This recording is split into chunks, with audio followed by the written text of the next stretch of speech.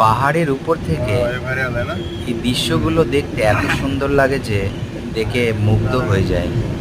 এই সুন্দর দৃশ্যগুলো সবাই হয়তো দেখতে পায় না, তাই আমি চেষ্টা করলাম আপনাদের সকলের মাঝে এই দৃশ্যগুলো শেয়ার করার জন্য। বড় বড় গাছ আর বড় বড় ঝর্ণা, এই সুন্দর দৃশ্য বর্ষার সময় হয়তো আপনারা সবাই দেখতে পাবেন না, তাই আমি আপনাদের চেষ্টা করলাম এই সুন্দর দৃশ্যগুলো দেখানোর জন্য। তাই দেখুন আর উপভোগ করুন। Thank you.